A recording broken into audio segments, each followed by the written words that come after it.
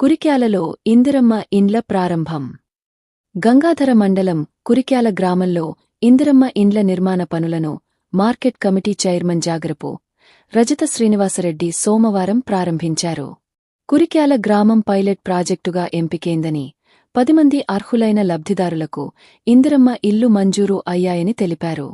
పేదవారి సొంత ఇంటి కలను కాంగ్రెస్ ప్రభుత్వం నిజం చేస్తున్నదని అన్నారు.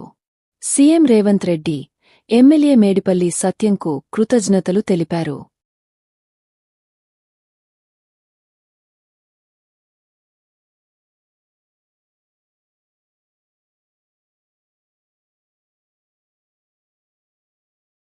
ఈ వీడియో నచ్చినవాళ్లు మన ఛానల్ని సబ్స్క్రైబ్ చేసుకోండి.